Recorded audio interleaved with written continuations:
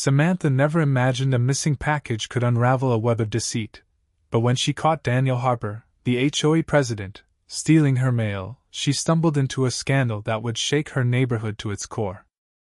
What began as a petty theft spiraled into a chilling revelation of fraud, power abuse, and betrayal. Armed with hidden camera footage and unrelenting determination, Samantha sparked a chain of events that exposed a tyrant's empire. Wait until you hear how one stolen package brought him down. It started innocently enough. Samantha brushed off her missing packages as delivery errors, wrong addresses, careless drivers, or maybe a porch pirate. Annoying, but not uncommon. She filed claims and moved on. But then her elderly neighbor, Mrs. Evelyn, leaned over the fence one afternoon, her voice low. "I saw a man take your package yesterday, dear. Looked like that HOA fellow, Daniel." Samantha froze. Daniel Harper? The head of their homeowners association? It didn't add up. Why would he steal her mail? Doubt gnawed at her, but Mrs. Evelyn's hesitant tone planted a seed of suspicion. That night, Samantha couldn't shake the unease. She recalled other missing items, subscription boxes, online orders, even official letters that never arrived. She'd blamed the postal service, but what if she was wrong? Driven by instinct, she ordered a discreet motion-activated camera and mounted it above her mailbox the next morning. She didn't expect much, just a stray cat or a delivery driver. But that evening, her phone buzzed with a motion alert. Heart pounding, she opened the footage. There was Daniel, not just passing by but standing at her mailbox, glancing around like a thief in the night.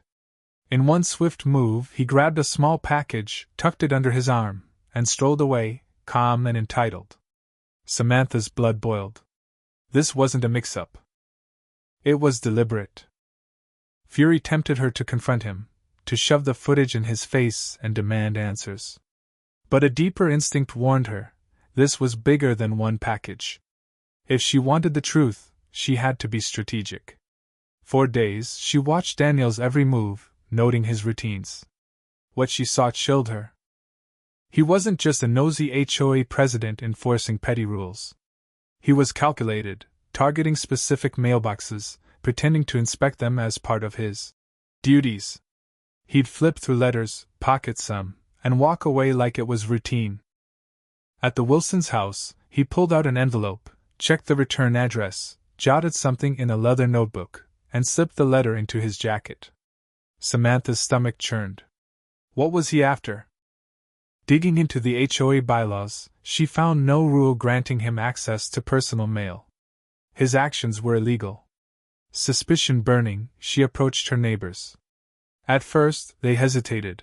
Nobody wanted to cross the HOA. But when she showed them the footage, stories flooded out. The Carters were fined for unapproved fence changes, yet never received a warning. Mrs. Lopez mailed her HOA dues, but the ledger marked her delinquent, despite her bank showing the check cashed. The Thompsons faced legal threats over parking violations, but the complaint letter never arrived. A pattern emerged. Residents were fined unfairly, without notice, forced to pay penalties they couldn't dispute. Samantha's heart raced. Daniel wasn't just stealing mail, he was orchestrating a scam. The realization hit like a thunderclap. Daniel controlled all HOA correspondence. By intercepting letters, forging notices, and losing payments, he fabricated violations, pocketing thousands in fines. The money had to be going somewhere, likely his accounts. Samantha's anger surged, but she stayed focused. She compiled footage, neighbor testimonies, and financial discrepancies, her hands trembling as she handed the evidence to the police. She didn't know where this would lead, but Daniel's reign had to end. The police investigation exploded like wildfire. What began as a mail theft complaint unraveled into a full-scale fraud. Detectives scoured HOA records, subpoenaed emails, and reviewed footage from multiple homes. Daniel hadn't just stolen mail, he'd forged documents, inflated fines, and funneled fees into personal accounts. Residents paid penalties for non-existent violations, their appeals vanishing because Daniel intercepted them. The HOA board, complicit or willfully blind, had let him operate unchecked for years. When confronted, Daniel stammered, "I was keeping the community in line. Some people don't follow rules." But bank statements, forged notices, and damning footage silenced his lies. The neighborhood erupted at the next HOA meeting. Once fearful residents turned on Daniel. "How much did you steal?"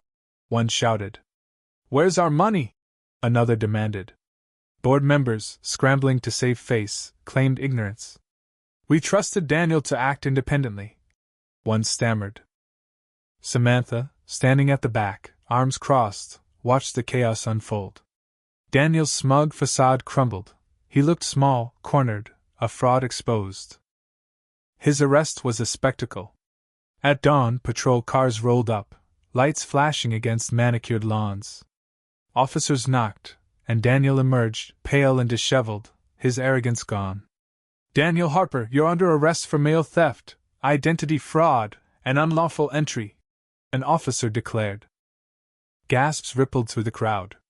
He opened his mouth, perhaps to argue, but the evidence, Samantha's evidence, was ironclad.